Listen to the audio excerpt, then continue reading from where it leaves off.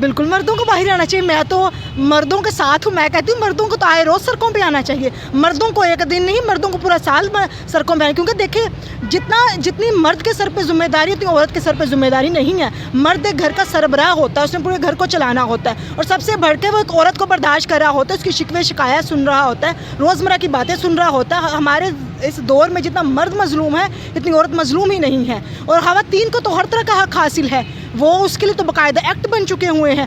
السلام علیکم ناظرین, میں ہوں آپ کا ہوسٹ سنویر بٹ اور آپ دیکھ رہے ہیں سوشل ڈیلی وائس. آج 8 مارچ عورت ڈے کے حوالے سے جانا جاتا ہے. ہمارے ساتھ پروفیسر حمیرہ جمیل صاحب موجود ہیں. آئین سے جانتے ہیں کہ یہ اس عورت مارچ کے حوالے سے کیا پیغام دینا چاہتی ہیں, اور یہ کچھ ایک مخصوص جو طبقہ جو کہ گلیوں بازاروں میں نکلتا ہے اور ڈفرینٹ قسم کے بیہودہ جو پلے کارڈز اٹھا کے تو عورت مارچ کو جو نا یہ کہتے ہیں جی ہمیں ہمارا حق دیا جائے, تو کیا اس بارے میں یہ کیا کہنا پسند کریں گے, ان سے بات کرتے ہیں. السلام علیکم. وعلیکم السلام. ہمیں سب سے پہلے یہ بتائیے گا کہ یہ جو کچھ مخصوص طبقہ مارکیٹ میں نکلتا ہے اور اپنی جسم کی نمائش کرتے ہیں اور حق حاصل کرنے کے لیے نکلتے ہیں, تو کیا اسلام نے ان کو جو حق ادا کر دی ہیں, جو حقوق دے دی ہیں, ان کو اس کے بعد بھی کوئی مزید حقوق کی گنجائش ہے؟ دیکھیں ایسا ہے کہ بہت سارے حق, اور اسلام تو خواتین کو پہلے ہی بہت حقوق دے چکا ہے. اب یہ جس حقوق کی یہ بات کر رہی ہیں, شاید وہ مادر پدر آزادی چاہتے ہیں, وہ آزادی چاہتے ہیں جن میں یہ جواب دینا ہو اپنے گھر میں, اپنے والدین کو, اپنے بھائیوں کو, اپنے حامدوں کو جواب دینا ہو. شاید یہ اس آزادی کی بات کر رہی ہیں. اگر یہ اس آزادی کی بات کر رہی ہیں پھر تو میرا خیال ہے پھر ان کو ضرورت ہی نہیں ہے کس سے پوچھے, کوئی ان سے سوال کرے. اور اگر یہ حقوق یہ چاہتی ہیں تو پھر تو یہ سراسر یہ ظلم ہے, اور یہ بہت بڑا ظلم ہے, اور یہ بہت بڑا المیہ ہمارے معاشرے کے لیے. یہ ان عورتوں کے ساتھ کچھ مخصوص قسم کے مرد بھی جو عورتوں کی چال ڈال میں نظر آ رہے ہوتے ہیں, تو وہ بھی ان کی سپورٹ میں نکلتے ہیں, تو ان کے بارے میں آپ کا کیا خیال ہے, وہ کیا کرنے آتے ہیں ان کے ساتھ؟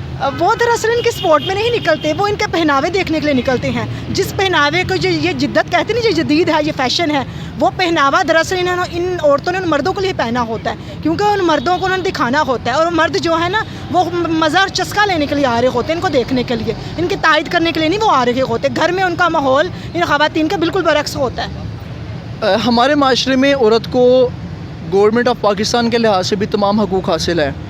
عورتیں اس ٹائم تعلیم حاصل کر لی ہیں, عورتیں اس ٹائم افواج میں ایک بہترین کردار ادا کر رہی ہیں.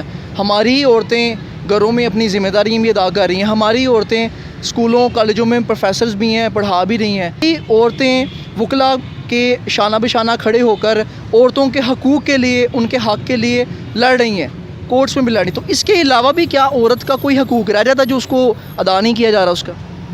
یہ خواتین جو عورت مارچ میں شامل ہوتی ہیں, یہ دراصل یہ چند ایک گروہ ہے خواتین کا جو انہوں نے اپنے ذہن میں سوال بنائے ہوتے ہیں اور جن کا جواب طلب کرنے کے لیے وہ سڑکوں پہ آتی ہیں.